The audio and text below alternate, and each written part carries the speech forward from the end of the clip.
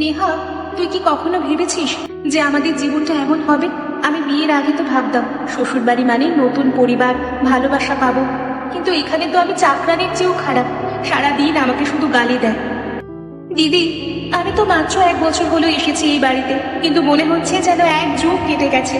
সকালে উঠে কাজ, দুপুরে কাজ, রাতে কাজ, আর মাঝখানে মায়ের চিৎকার। গতকাল আমাকে বলেছে আমি নাকি বেশি বেশি খাই।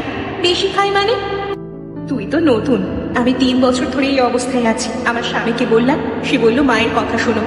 এখন তুই বল, এটা কি কোনো জীবন? দিদি, আমি একটা কথা বলি, আমার লোকটাও কিছু বলে না। এভাবে কতদিন সহ্য করবো বলো তো? আমরা 3জনই একা একা ভুগছি। পূজাদি কোথায়?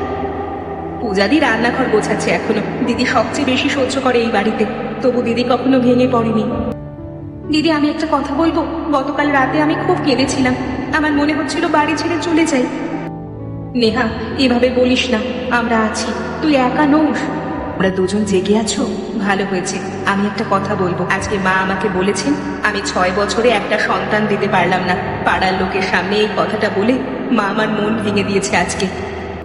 দিদি, তুমি কেঁদো না দয়া করে, আমরা আছি তোমার পাশে। আমি তো তোমাকে দেখে অবাক হই দিদি, তুমি কিভাবে এতদিন এভাবে টিকে আছো এই বাড়িতে। দিদি, পাড়ার লোকের মধ্যে কারা ছিল? মানে ওই পাশের বাড়ির কমলা কাকি? ওরা তো এমনিতেই আমাদেরকে নিয়ে কথা বলে। একদিন মা বুঝবে, কিন্তু আমি আর পারছি না। আমি একটা সিদ্ধান্ত নিয়েছি। কি সিদ্ধান্ত দিদি? তুমি কি চলে যাবে একা একা? কোথায় যাবে? আমিও মাঝে মাঝে ভাবি, কিন্তু বাপের বাড়িতে গেলে লোকে কি বলবে। আমি ভেবেছি কবিতা, অনেক ভেবেছি। আমরা 3জন একসাথে যাব। আমরা 3জন মিলে একটা নতুন কিছু শুরু করতে চাই। বলো, তোমরা আমার সাথে আছো তো? দিদি, আমরা 3টে মেয়ে একা বাইরে থাকবো, লোকে কি বলবে? আর খাবোই বা কি? তুমি রান্না করতে পারো ভালো, কিন্তু রান্না করলেও তো নানান উপকরণ লাগে। কবিতা, ভয় আমারও লাগছে, কিন্তু তুই একটা কথা ভাব, এই ঘরে থেকে তুই কি সুখে আছিস?